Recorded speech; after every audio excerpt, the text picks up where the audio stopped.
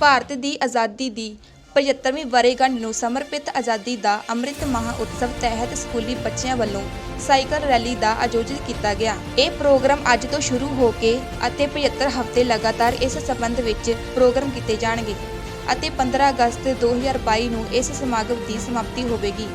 ਇਸ ਸਮਾਗਮ ਵਿੱਚ ਕਾਫੀ ਬੱਚਿਆਂ ਨੇ ਬੜੇ ਉਤਸ਼ਾਹ ਨਾਲ ਇਸ ਸਾਈਕਲ ਰੈਲੀ ਵਿੱਚ ਹਿੱਸਾ ਲਿਆ।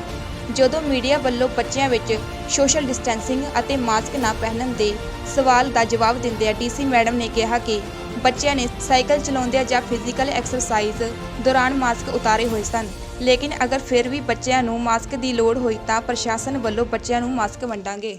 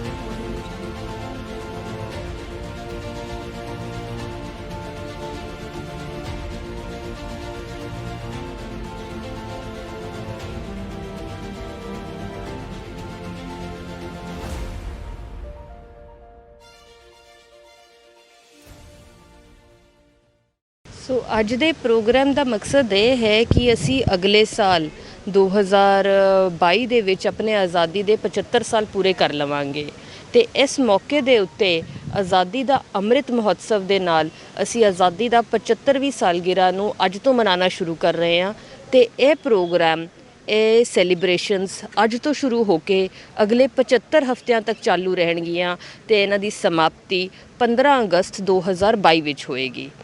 ਇਸ ਮੌਕੇ ਦੇ ਉੱਤੇ ਸਾਡਾ ਮਕਸਦ ਹੈ, ਸਰਕਾਰ ਦਾ ਮਕਸਦ ਹੈ ਕਿ ਲੋਕਾਂ ਨੂੰ ਸਾਰਿਆਂ ਨੂੰ ਸਾਡੇ ਆਜ਼ਾਦੀ ਦੇ ਸੰਘਰਸ਼ ਬਾਰੇ ਜਾਣੂ ਕਰਾਈਏ ਤੇ ਜਿਹੜੀ ਸ਼ਖਸੀਅਤਾਂ ਨੇ ਸਾਡੇ ਦੇਸ਼ ਦੇ ਫਰੀडम ਸਟਰਗਲ ਦੇ ਵਿੱਚ ਆਪਣੀ ਕੁਰਬਾਨੀਆਂ ਦਿੱਤੀ, ਉਹਨਾਂ ਦਾ ਯੋਗਦਾਨ ਰਿਹਾ, ਉਹਨਾਂ ਨੂੰ ਯਾਦ ਕਰੀਏ ਤੇ ਉਹਨਾਂ ਦੇ ਦਿਖਾਏ ਹੋਏ ਰਾਹ ਤੇ ਚੱਲੀਏ। ਇਸੇ ਮੌਕੇ ਤੇ ਅੱਜ ਅਸੀਂ ਖਟਕੜ ਕਲਾਂ ਵਿੱਚ ਸ਼ਹੀਦ-ਏ-ਆਜ਼ਮ ਭਗਤ ਸਿੰਘ ਜੀ ਦੇ ਯਾਦਗਾਰ ਮੈਮੋਰੀਅਲ ਦੇ ਵਿੱਚ ਇੱਕ ਸਾਈਕਲ ਰੈਲੀ ਇੱਥੇ ਅੰਤ ਕੀਤੀ ਹੈ ਤੇ ਜਿਹਦੇ ਵਿੱਚ 75 ਬੱਚਿਆਂ ਨੇ ਭਾਗ ਲਿਆ ਹੈ ਤੇ ਅਸੀਂ ਇਸ ਮੌਕੇ ਤੇ ਇਹ ਬੱਚਿਆਂ ਨੂੰ ਧੰਨਵਾਦ ਕਰਦੇ ਹਾਂ ਤੇ ਉਮੀਦ ਕਰਦੇ ਹਾਂ ਕਿ ਇਹ ਬੱਚੇ ਇਹ ਮੈਸੇਜ ਲੈ ਕੇ ਅੱਗੇ ਜਾਣਗੇ ਤੇ ਇਸ ਤਰ੍ਹਾਂ ਦੇ ਹੋਰ ਇਵੈਂਟਸ ਵੀ ਅੱਗੇ ਸਾਡੇ ਜ਼ਿਲ੍ਹੇ ਵਿੱਚ ਅਗਲੇ 75 ਹਫ਼ਤਿਆਂ ਤੱਕ ਹੁੰਦੇ ਰਹਿਣਗੇ।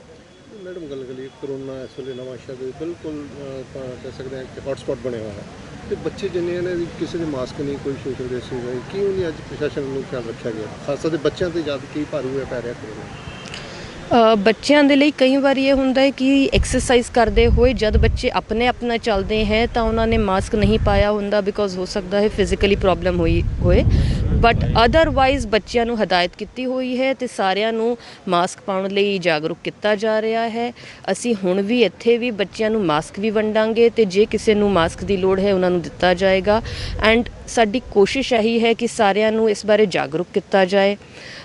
ਮੈਂ ਤੁਹਾਡੇ ਮੀਡੀਅਮ ਦੇ ਰਾਹੀਂ ਸਾਰਿਆਂ ਨੂੰ ਬੇਨਤੀ ਵੀ ਕਰਦੀ ਹਾਂ, ਨਵਾਂ ਸ਼ਹਿਰ ਜ਼ਿਲ੍ਹੇ ਦੇ ਸਾਰੇ ਨਿਵਾਸੀਆਂ ਨੂੰ, ਕਿ ਕੋਵਿਡ ਦੀ ਬਿਮਾਰੀ ਹਲੇ ਖਤਮ ਨਹੀਂ ਹੋਈ ਹੈ। ਸਾਡੇ ਜ਼ਿਲ੍ਹੇ ਵਿੱਚ ਬਹੁਤ ਜ਼ਿਆਦਾ ਕੇਸਿਸ ਆ ਰਹੇ हैं ਪਿਛਲੇ ਕੁਝ ਸਮੇਂ ਤੋਂ ਤੇ ਬਹੁਤ ਜ਼ਰੂਰੀ ਹੈ ਕਿ ਅਸੀਂ ਸਾਰੀ ਸਾਵਧਾਨੀਆਂ ਵਰਤੀਏ, ਹਮੇਸ਼ਾ ਮਾਸਕ ਪਾ ਕੇ ਰੱਖੀਏ ਤੇ ਘਰ ਤੋਂ ਬਾਹਰ ਜੇ ਬਿਲਕੁਲ ਹੀ ਲੋੜ ਹੈ ਕੇਵਲ ਉਸੇ ਸਮੇਂ ਨਿਕਲਿਆ ਜਾਏ।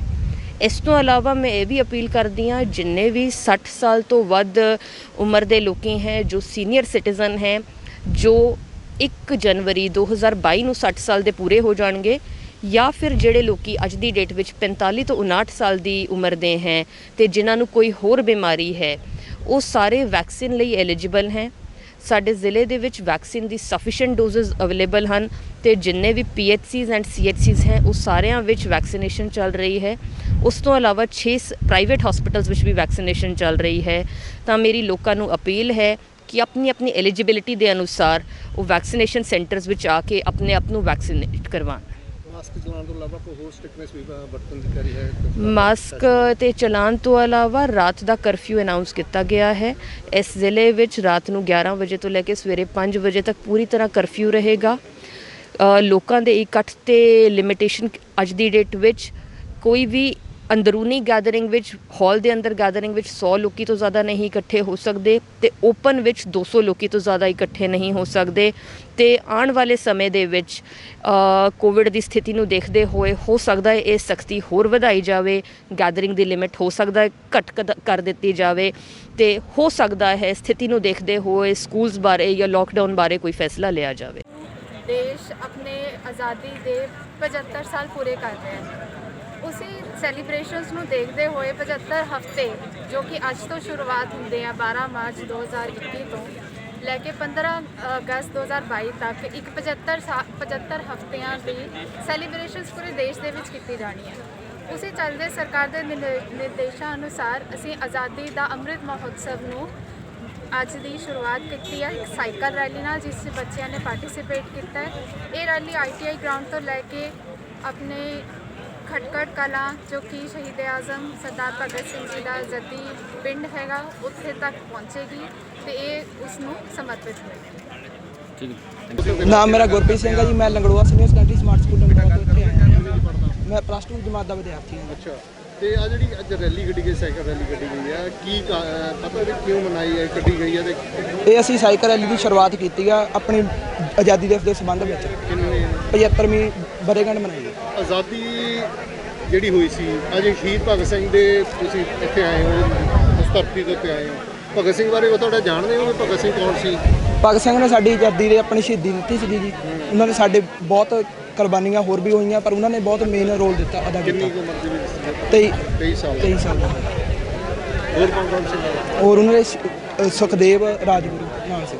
ਤੇ ਅੱਜ ਉਸ ਧਰਤੀ ਜਾ ਕੇ ਕਿੱਦਾਂ ਦਾ ਮਹਿਸੂਸ ਹੋ ਰਿਹਾ? ਅੱਜ ਬਹੁਤ ਚੰਗਾ ਮਹਿਸੂਸ ਹੋ ਰਿਹਾ, ਸਾਨੂੰ ਗਰਵ ਹੋ ਰਿਹਾ ਆਪਣੇ ਆਪ ਤੇ ਕਿ ਅਸੀਂ ਉਹਨਾਂ ਦੇ ਵਾਰਸ ਹਾਂ। ਧਿਆਨ ਤੇ ਬਹੁਤ ਬਹੁਤ ਧੰਨਵਾਦ ਕਰਦਾ ਵਾਂ ਤੇ ਤੁਸੀਂ ਸਾਰੇ ਹੀ ਬਹੁਤ ਵਡਭਾਗੇ ਹੋ, ਤੁਸੀਂ ਇਸ ਸਾਈਕਲ ਰੈਲੀ ਦਾ ਹਿੱਸਾ ਬਣੇ ਆ। ਤੇ ਸਰਕਾਰ ਜੋ ਵੀ ਇਦਾਂ ਦੇ ਕਦਮ ਚੁੱਕਦੀ ਆ ਬਹੁਤ ਸ਼ਲਾਘਾਯੋਗ ਆ, ਸਾਰਿਆਂ ਲਈ ਬਹੁਤ ਵਧੀਆ ਵਾ। ਮੇਰੇ ਹਿਸਾਬ ਨਾਲ ਤਾਂ ਸਮਾਗਮ ਕੀ ਸੀ ਅੱਜ? ਸਮਾਗਮ ਸਭ ਤੋਂ ਵੱਡਾ ਤਾਂ ਇਹੀ ਸੀਗਾ, ਸਾਨੂੰ ਕਿੱਦਾਂ ਅਸੀਂ ਇਸ ਨਹਿਰੂ ਯੂਥ ਨਾਲ ਜੁੜੇ ਹੋ ਆ ਕਲੱਬ ਨਾਲ, ਤੇ ਸਾਨੂੰ ਉਹਨਾਂ ਦੀ ਕਾਲ ਆਈ ਸੀ ਤੁਸੀਂ ਇੱਥੇ ਵੀ ਆਪਾਂ ਸਾਈਕਲ ਰੈਲੀ ਕੱਢਣੀ ਆ, ਫਿੱਟ ਰਹਿਣ ਲਈ ਆ ਮੇਨ ਤਾਂ, ਵੀ ਆਪਣੀ ਤੰਦਰੁਸਤੀ ਲਈ ਤੁਸੀਂ ਕਿੱਦਾਂ ਫਿੱਟ ਰਹਿਣਾ ਵਾ, ਨਸ਼ਿਆਂ ਤੋਂ ਦੂਰ ਰਹਿਣਾ, ਗਰਾਊਂਡ ਨਾਲ ਜੁੜ ਕੇ ਰਹਿਣਾ। ਤੁਸੀਂ ਕਿੱਦਾਂ ਦੇਖ ਰਹੇ ਮੇਰੇ ਨਾਲ ਕਾਫੀ ਬੱਚੇ ਆਏ ਆ ਸਾਡੇ ਪਿੰਡ ਦੇ, ਸਾਡੇ ਕਲੱਬ ਨਾਲ ਜੁੜੇ ਹੋ ਆ। ਪਰ ਸਮਰਪਿਤ ਕਿਹਨੂੰ ਸੀ ਅੱਜ ਦੀ ਇਹ ਰੈਲੀ? ਸਮਰਪਿਤ ਸ਼ਹੀਦ ਭਗਤ ਸਿੰਘ ਦੇ ਜੀ, ਸ਼ਹੀਦ ਭਗਤ ਸਿੰਘ ਉਹਨਾਂ ਨੂੰ ਸੀਗੀ ਸਮਰਪਿਤ। ਤੇ ਅੱਛਾ, ਸਮਰਪਿਤ ਸੀ ਬੱਚੇ ਨੂੰ ਤੁਸੀਂ ਨਾਲ ਲੈ ਕੇ ਆਏ? ਹਾਂਜੀ। ਕੋਵਿਡ ਦਾ ਦੌਰ ਚੱਲ ਰਿਹਾ, ਹਾਂਜੀ। ਨਵਾਂ ਸ਼ਹਿਰ ਦੇ ਬੱਚੇ ਜ਼ਿਆਦਾ ਕੋਵਿਡ ਆ ਰਹੇ ਆ, ਅਸੀਂ ਉਸ ਲਾਈਨ ਨੂੰ ਜਿੰਨੇ ਸਟਰੈਂਥ ਹੈ ਕਿਸੇ ਦੇ ਮਾਸਕ ਨਹੀਂ ਪੈ ਗਏ, ਤੁਸੀਂ ਇਸ ਚੀਜ਼ ਦਾ ਕੀ? ਨਹੀਂ ਅਸੀਂ ਇਸ ਚੀਜ਼ ਨੂੰ ਵੀ ਬਹੁਤ ਮੱਦੇਨਜ਼ਰ ਧਿਆਨ ਵਿੱਚ ਰੱਖਦੇ ਹੋਏ ਲੈ ਕੇ ਆਏ ਮਾਸਕ। ਤੁਸੀਂ ਦੇਖਿਆ ਬੱਚੇ ਸਾਰੇ ਇੱਥੇ ਮਾਸਕ ਪਹਿਨ ਕੇ ਨਹੀਂ ਇਸ ਟਾਈਮ ਤਾਂ ਸਾਡੇ ਸਾਹਮਣੇ ਫੂਡ ਖਾ ਰਹੇ ਆ, ਉਹਦੇ ਲਈ ਵੀ ਨਹੀਂ ਮਾਸਕ ਲਾਇਓ ਆ, ਤੇ ਇੱਦਾਂ ਦੀ ਤਾਂ ਕੋਈ ਗੱਲਬਾਤ ਨਹੀਂ ਹੈਗੀ। ਫਿਰ ਵੀ ਅਣਗਹਿਲੀ ਕੀਤੀ ਗਈ, ਮੰਨਦੇ ਹੋ ਇਸ ਚੀਜ਼ ਨੂੰ ਵੀ ਨਹੀਂ? ਹਾਂ ਥੋੜਾ ਬਹੁਤਾ ਤਾਂ ਆਪਾਂ ਕਹਿ ਸਕਦੇ ਆ। ਬੱਚਿਆਂ ਕੋਲ ਮਾਸਕ ਨਹੀਂ ਸੀ ਬਹੁਤ। ਹਾਂਜੀ ਨਹੀਂ ਬਹੁਤਿਆਂ ਤੋਂ ਨਹੀਂ ਸੀਗੇ, ਬਹੁਤ ਘੱਟ ਸੀਗੇ, ਇੱਧਰ ਜਿਹਨਾਂ ਤੋਂ ਨਹੀਂ ਸੀਗੇ, ਕਾਫੀ ਜਣੇ ਤੋਂ ਸੀਗੇ। ਪ੍ਰਸ਼ਾਸਨ ਦੁਆਰਾ ਕੋਈ ਤੁਹਾਨੂੰ ਵੰਡ ਕੀਤੀ ਗਈ ਹੈ? ਪ੍ਰਸ਼ਾਸਨ ਦੁਆਰਾ ਦਿੱਤੇ ਗਏ ਹਾਂਜੀ ਸੈਨੀਟਾਈਜ਼ ਦਾ ਕੋਈ ਬੰਦੋਬਸਤ? ਹਾਂਜੀ ਗਾਈਡਲਾਈਨ ਸੀਗੀਆਂ, ਸਾਰੇ ਫੋਲੋ ਵੀ ਕਰਦੇ ਆ, ਬਹੁਤ ਜ਼ਿਆਦਾ ਇੱਦਾਂ ਦੇ ਵੀ ਨਹੀਂ ਵੀ ਕਰਦੇ, ਪਰ ਕਾਫੀ ਜ਼ਿਆਦਾ ਕਰਦੇ ਆ ਫੋਲੋ। ਕਦੇ ਵੇਖਦੇ ਸੀ ਸਿਰਫ ਇੰਟਰਨੈਟ ਤੇ ਜਾਂ ਫਿਰ ਵਿਦੇਸ਼ਾਂ ਵਿੱਚ, ਹੁਣ ਇੱਥੇ ਵੀ ਤੁਸੀਂ ਸਜਾ ਸਕਦੇ ਹੋ ਆਪਣੇ ਘਰਾਂ, ਦੁਕਾਨਾਂ ਤੇ ਦਫ਼ਤਰਾਂ ਨੂੰ।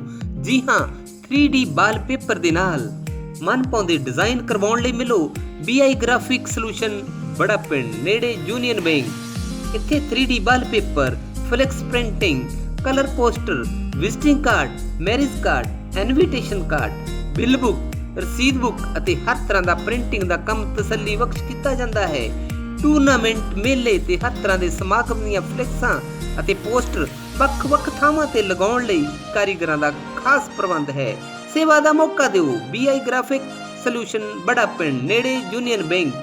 ਸੰਪਰਕ ਨੰਬਰ 018 26 266 062 ਅਤੇ 98 550 92 9 34।